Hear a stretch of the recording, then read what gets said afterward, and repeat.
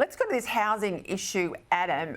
I think it's been a fascinating sort of insight to the left and the hard left of politics, because this is not about a housing bill.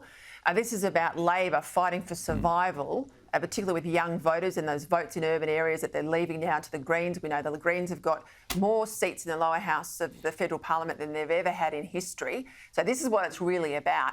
But interestingly today, the Greens spokesman's calling for a rent freeze. Now, this idea that government, state or federal, can tell a landlord what they can charge for their own property, God help us if we go down this path.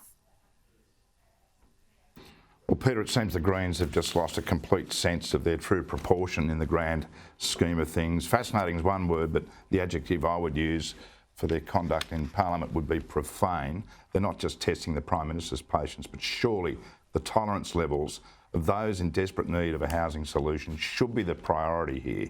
As the Greens played hardball in the name of representing those in need, the housing crisis isn't being solved anytime soon. How's this for a distressing statistic, Peter?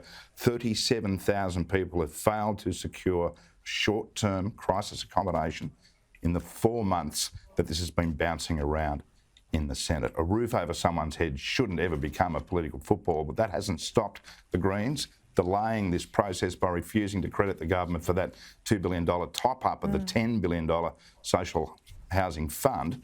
By pushing for even more funding, they are not respecting the urgency needed by thousands who'll soon be in the grip of winter. In Queensland, it may be a little warmer up here, but a mild winter is certainly cold comfort for the homeless in this state, which has recorded an increase in homelessness that is a whopping 22% above the national average. And the prospect of a double dissolution is just absolutely ridiculous when you consider the long list of concessions the government has already made to Labor's de facto political partner over its demands on emissions targets, for example.